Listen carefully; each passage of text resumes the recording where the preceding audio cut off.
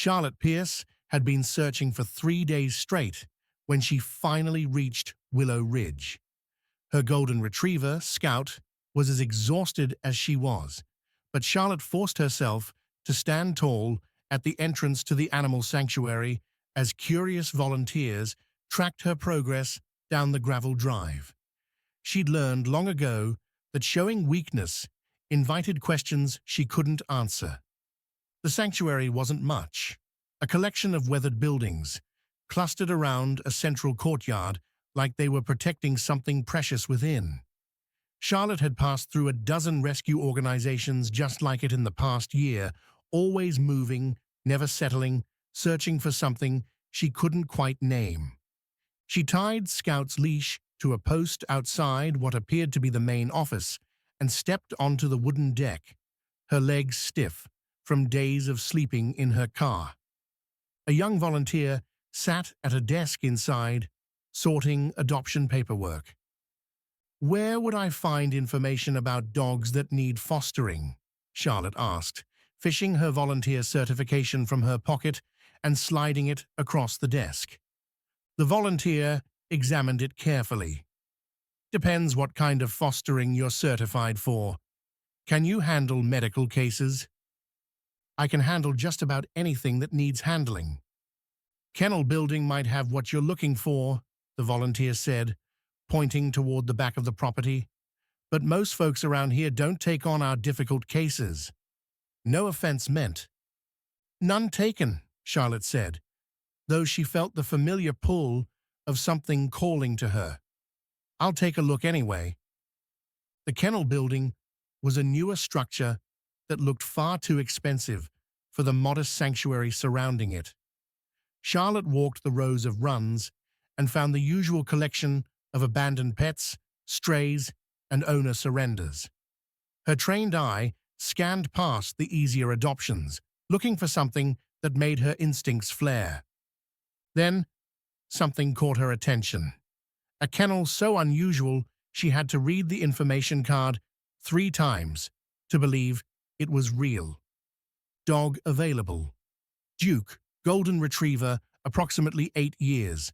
Retired search and rescue. Extreme behavioral issues. Multiple failed adoptions. Dangerous to handlers. Euthanasia scheduled if no placement found. See director. Charlotte stood motionless, her mind racing. Nobody gave up on a trained search and rescue dog. Nobody labeled them dangerous. But even as skepticism warred with concern in her chest, her feet were already carrying her toward the director's office. The director was a thin woman with tired eyes behind wire-rimmed glasses. She looked up when Charlotte entered, her expression shifting from neutral to slightly wary when she realized Charlotte was alone. "Can I help you?" "The golden retriever in kennel 12, the one scheduled for euthanasia." "Tell me about him." The director sighed and removed her glasses, cleaning them with obvious reluctance. "Duke has a history. 4 families have tried to adopt him in the past 6 months. None lasted more than a week. He was an exceptional search and rescue dog, but something happened on his last deployment. Now he's aggressive, unpredictable, dangerous."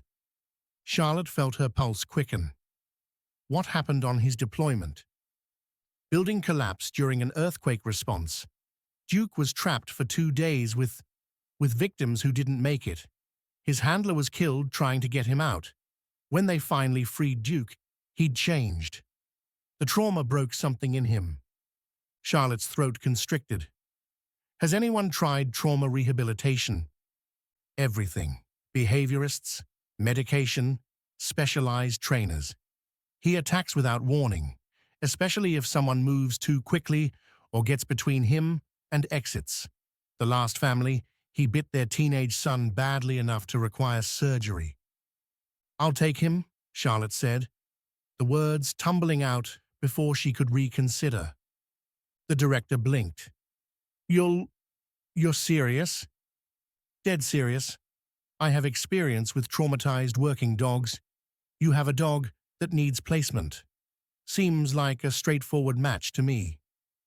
20 minutes later, Charlotte stood outside Kennel 12 with a liability waiver thick as a phone book and a key that felt heavier than it should. Through the reinforced fencing, she could see Duke in the far corner. He wasn't what she expected. This wasn't the typical golden retriever with the perpetual smile and wagging tail. Duke sat rigid, his once lustrous coat dull and patchy, his body coiled like a spring, ready to explode. But it was his eyes that stopped her cold. Amber-brown orbs that held such profound loss, it took her breath away. Duke's head lifted when she approached, not with curiosity, but with weary resignation, as if he knew this dance and expected it to end the same way it always did. "Hello, Duke," Charlotte whispered, not attempting to open the kennel. "I know you're broken. I know what it's like to search for something you'll never find again." Duke's ear twitched toward her voice, the first sign of interest he'd shown. Charlotte sat down on the concrete floor outside his kennel, making herself less threatening. "My name is Charlotte. I'm not here to fix you or train you or make you into something you're not. I'm here because we both need to stop running from what happened to us." She pulled something from her pocket, a worn search and rescue collar, frayed at the edges but still bearing the reflective tape and emergency whistle. Duke's entire body went rigid at the sight of it. "This was my partner's," Charlotte said softly. "Rex, German Shepherd, best search dog on the East Coast. We worked Hurricane Maria together, found 17 survivors." Her voice cracked. "Then a mudslide in California. I sent him into an unstable area because I thought I heard voices. The whole hillside came down. I spent 14 hours digging with my bare hands, but—" Duke had moved closer, just a few inches, his attention completely focused on her. "I haven't been able to work since. Can't even look at another shepherd without—" Charlotte wiped her eyes. "The department gave me medical leave, then retirement. Said I'd done enough. But how do you stop searching when it's all you know how to do?" For the first time, Duke's tail moved. Not a wag, just a single acknowledgement that he'd heard and understood. Charlotte stood slowly. "I'm going to open this kennel now. You can attack me if you need to. I won't blame you. But I think you're tired of being angry, just like I'm tired of being empty. Maybe we can be broken together." She unlocked the kennel and stepped inside. Duke's response wasn't what anyone expected. Instead of attacking or cowering, he simply sat and stared at Charlotte with those devastating eyes.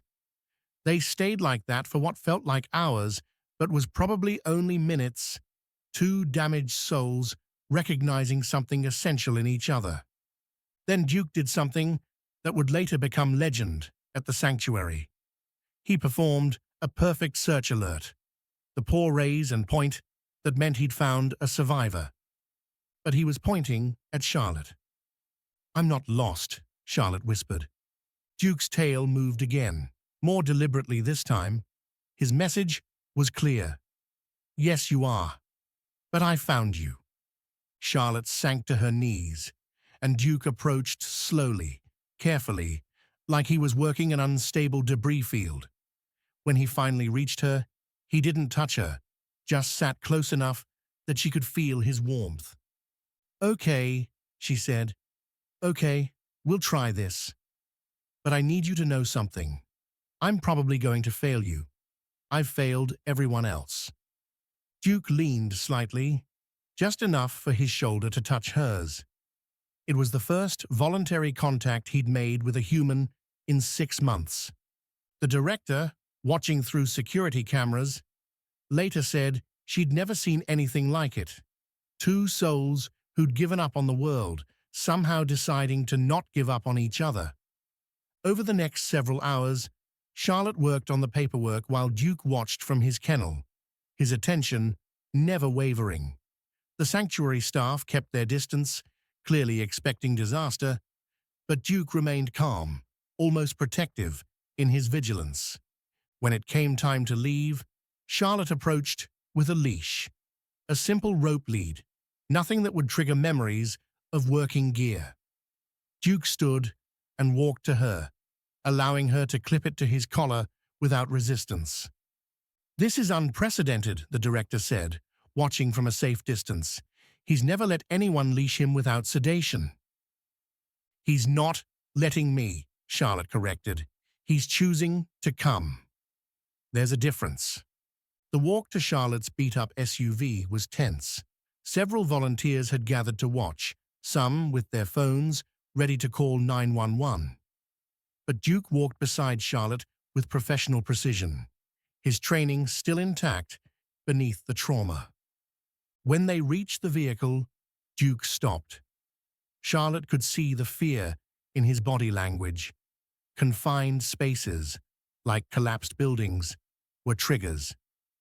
"It's a 20-minute drive to where we're staying," Charlotte said conversationally. "A cabin I rented, lots of land, no neighbors. You can ride in the back with the hatch open if you want. I'll go slow." Duke studied the vehicle, then looked at Charlotte, then back at the vehicle.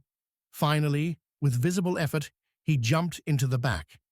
Charlotte left the hatch up and drove 5 miles an hour down back roads, Duke's head hanging out the back, testing the wind for dangers only he could sense. The cabin was exactly as advertised, isolated, run-down, but functional. 40 acres of mixed forest and meadow with a stream running through it. Charlotte had rented it month to month, never staying anywhere long enough to call it home. Duke explored the perimeter immediately upon arrival, his search training taking over. He checked every building, every potential hazard, every escape route.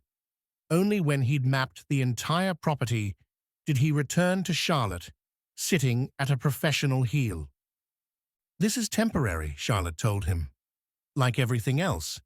But for now, it's ours." That first night, Charlotte made a bed for Duke in the living room, away from doors and windows that might trigger escape responses. She settled on the couch with a book, trying to maintain normalcy.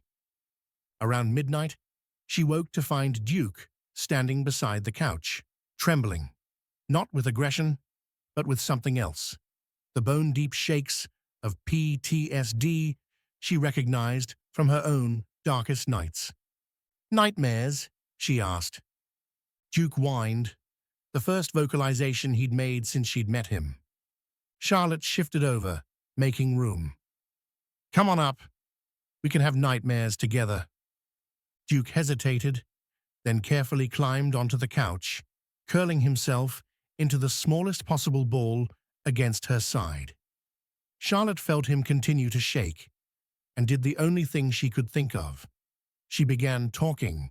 She told him about Rex, about their best finds and worst days, about the survivors they'd pulled from impossible situations and the ones they'd been too late to save, about the night terrors and the survivors' guilt, and the inability to explain to anyone why she couldn't just move on. Duke's trembling gradually eased. When Charlotte finally ran out of words, he lifted his head and rested it on her knee, the universal golden retriever gesture of comfort, rusty from disuse, but still there. "We're quite a pair," Charlotte murmured. "The handler who couldn't save her dog, and the dog who couldn't save his handler." The next morning brought the first test. Charlotte was making coffee when she dropped a pan. The crash, sending Duke into a panic response.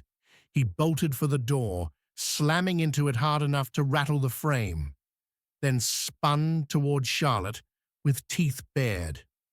Charlotte froze, but not with fear. She recognized the blind terror in his eyes, the same look she'd had after Rex died, when any sudden noise sent her into flashbacks. "Duke," she said firmly but gently. "Duke, you're safe. You're not trapped. Look, doors right there. Windows are open. You can leave any time." Duke's eyes gradually focused. The aggressive posture melted into confusion, then shame. He slunk toward the bedroom, clearly expecting punishment. "Hey," Charlotte called after him. "We all have bad moments. It's okay." Duke paused, but didn't turn around. "How about we work on this together? I need to practice my emergency protocols anyway. Want to do some basic search drills? Nothing serious, just enough to remember we're both still good at something." Duke's ear swiveled toward her, interest despite himself. Charlotte grabbed a few items from her bag, not official search gear, which might trigger him, but simple markers and flags. She went outside and created a basic search pattern in the meadow, hiding her keys at the endpoint. "Okay, Duke," she said, returning to find him watching from the doorway. "Super easy find, just my keys. No pressure, no timer, no lives at stake. Just finding something because we can." Duke approached the search area with obvious reluctance. His body language screamed conflict. The trained search dog wanting to work. The traumatized soul afraid of failing again. He started the pattern half-heartedly, going through the motions. Then his nose caught the scent, and something shifted. His body lowered into working position. His tail began its circular wag that meant he was on scent. And suddenly, Duke wasn't a broken rescue anymore. He was a search and rescue dog doing what he was born to do. He found the keys in under 2 minutes and performed a perfect alert, sitting and pointing with one paw raised. "Good find," Charlotte praised, and Duke's tail wagged. Actually wagged, for the first time. They worked simple patterns every day after that. Nothing that would stress him, nothing with the intensity of real search work. Just enough to remind both of them that their skills still had value. But Duke's real breakthrough came 2 weeks later. Charlotte had driven to town for supplies, leaving Duke at the cabin. She'd learned he couldn't handle crowded spaces yet. When she returned, she found him in the back meadow, alerting on something. Her blood ran cold. Duke's alert was serious. This wasn't practice. She approached carefully and found what he'd discovered. A young boy, maybe 6 years old, unconscious in the tall grass. He was breathing, but burning with fever, his lips cracked from dehydration. Charlotte immediately called 911, then focused on the child. Duke lay beside the boy, providing warmth while Charlotte checked vitals and offered small sips of water when the child stirred. "You found him," she told Duke, in amazement. "How long has he been out here?" The EMTs arrived within 20 minutes, fast for the rural area. The lead paramedic recognized the situation immediately. "This is the Jameson boy. Autistic, went missing from his family's campsite yesterday. We've had search teams out all night, but they were looking 3 miles in the wrong direction." "Duke found him," Charlotte said. "He's a retired search dog." The paramedic looked at Duke with new respect. "That's 30 hours the boy's been missing. In this heat, another few hours and—" He didn't need to finish. As they loaded the child into the ambulance, Duke watched with an intensity Charlotte recognized. This was what he was meant to do. This was his purpose. Trauma or no trauma. Word spread quickly about Duke's find. The local news picked up the story. Retired search dog saves missing child. And suddenly, Charlotte's phone wouldn't stop ringing. Other families with missing pets or confused elderly relatives wanted Duke's help. Charlotte's first instinct was to run. This was exactly the kind of attention she'd been avoiding. But then she looked at Duke, saw the renewed purpose in his bearing, and realized something. They both needed this. "We're not officially back in service," she told the first caller, a frantic woman whose father with dementia had wandered off. "Duke has medical issues. We can't guarantee anything." "Please," the woman begged. "The police have given up. You're our last hope." Charlotte looked at Duke, who was already by the door, somehow knowing. "Okay, we'll try." They found the elderly man in less than an hour, confused but safe, hiding in a drainage culvert. Duke's alert was perfect, professional, proud. More calls came. Charlotte tried to limit them to cases where official resources had been exhausted, but Duke seemed to have an unlimited capacity for the work. More importantly, each successful find seemed to heal something in him. The aggression episodes decreased. The nightmares became less frequent. He began engaging with people during searches, allowing family members of missing persons to pet him, offering comfort with the intuitive empathy golden retrievers were famous for. 3 months after Charlotte adopted Duke, they faced their biggest test. A 4-year-old girl had disappeared from her backyard while her mother was inside making lunch. The official search had been going for 6 hours with no sign of her. The parents were devastated, and time was running out as a storm system approached. Charlotte almost said no. The pressure, the stakes, the similarity to scenarios that had broken both her and Duke. It was too much. But Duke was already gearing up, pacing by the door with purpose she hadn't seen since his working days.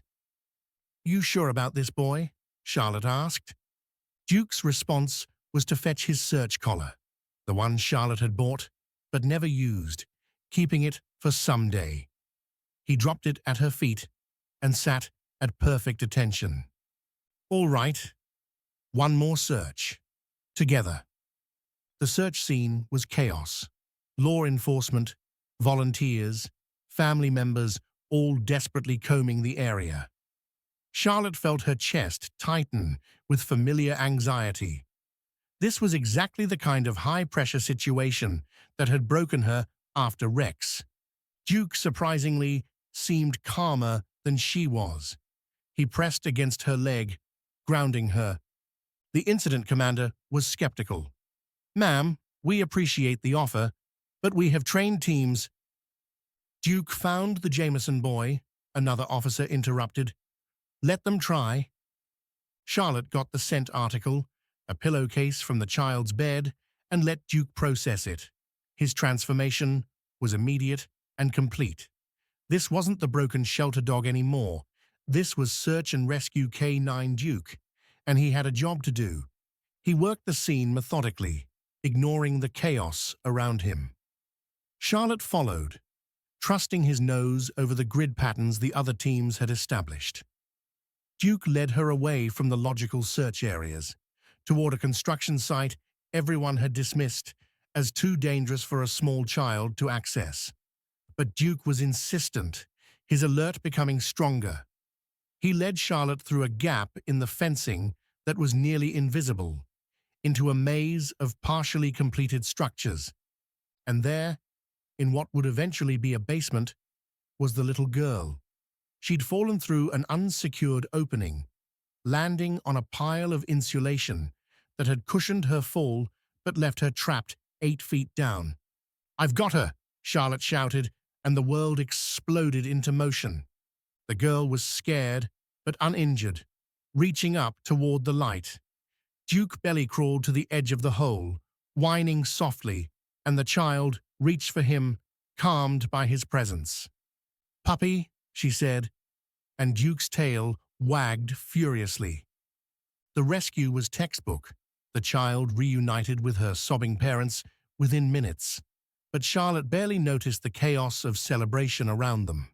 She was watching Duke, who sat quietly beside her, surveying the scene with satisfaction. "You did it," she told him. "You came back from the worst thing that could happen, and you did it." Duke looked up at her, and in his eyes she saw a question. "Yeah," Charlotte said, understanding. "Maybe we both did." The story made national news. Retired search dog overcomes trauma to save missing child. Interviews were requested, job offers extended, but Charlotte turned them all down. She and Duke weren't ready for that level of exposure. Instead, they found their own path. Charlotte started the Lost and Found Network, an informal volunteer service for cases that fell through official cracks.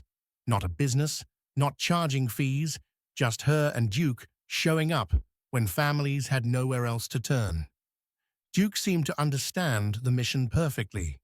He worked with a maturity that came from surviving trauma, approaching each search with calm professionalism. He was especially gifted with children, his gentle nature helping scared kids trust rescuers. 1 year after that first day at the sanctuary, Charlotte stood in the meadow behind the cabin, which she'd finally bought instead of renting, watching Duke train with 3 younger dogs she'd started fostering. All were rescues with working dog potential, but behavioral issues that made them unadoptable. Duke had become their mentor, teaching by example that broken didn't mean useless. He showed them search patterns, alert behaviors, and most importantly, how to trust humans again. "You've become quite the teacher," Charlotte told him during a break. Duke was lying in the sun, content in a way she'd never thought she'd see. Her phone rang. Another missing person case, this one an elderly man with Alzheimer's. Charlotte looked at Duke, who was already standing, ready to work. "Lost and Found Network," she answered. "Yes, we can help." As she took down details, Charlotte reflected on the journey that had brought them here. She'd walked into that sanctuary looking for, she hadn't even known what. Purpose, maybe. Redemption. A reason to keep going when grief made every day feel impossible. She'd found all of that in a damaged golden retriever everyone else had given up on. Duke had found something too. Proof that even after the worst trauma, there could still be purpose. That broken hearts could still save lives. That sometimes the best search dogs were the ones who understood what it meant to be lost. That evening, after successfully locating the elderly man, confused but safe in a garden shed, Charlotte and Duke sat on the cabin's porch, watching the sun set over their meadow. "You know what?" Charlotte said. "I think Rex would be proud of us." Duke leaned against her leg, his solid warmth a comfort she'd thought she'd never feel again. "And your handler, wherever they are, they'd be proud of you too. You didn't give up. You found a way back." Duke's response was to rest his graying muzzle on her knee, his amber eyes peaceful in a way that had once seemed impossible. They sat together as darkness fell. Two survivors who'd learned that sometimes the most important thing you can find is yourself. And sometimes you need a broken soul who understands your pain to help you search. The Lost and Found Network continued for years, Duke leading the way until age finally slowed him down. By then, he'd trained a dozen other rescued search dogs and helped find over 100 missing people. But his greatest find would always be that first one. A handler who thought she had nothing left to give, and a dog who thought he'd never search again, discovering that together they could still save lives. When Duke finally passed at the remarkable age of 14, surrounded by the dogs he'd trained and the families he'd reunited, Charlotte held him close and whispered, "Good find, Duke. The very best find." She buried him in the meadow, where he'd made his first successful search after retirement, marking the spot with a simple stone that read, SAR K9, Duke. He never stopped searching. Charlotte continued the lost and found network with Duke's protégés, each one carrying a piece of his legacy. And on quiet nights, when she stood in that meadow, she could almost feel him there, alert, ready, waiting for the next search to begin. Because that's what search dogs do. They never really stop searching. And sometimes, the most important thing they find is hope. This incredible story of Duke and Charlotte proves that the most broken spirits can still perform miracles. If this story touched your heart, please hit that like button and share it with someone who needs to hear this message of redemption. Subscribe to Second Chance Stories for more incredible tales of dogs who refuse to give up. What part of Duke's journey moved you most? Let us know in the comments below. Your support helps us continue sharing these life-changing stories of canine courage and second chances.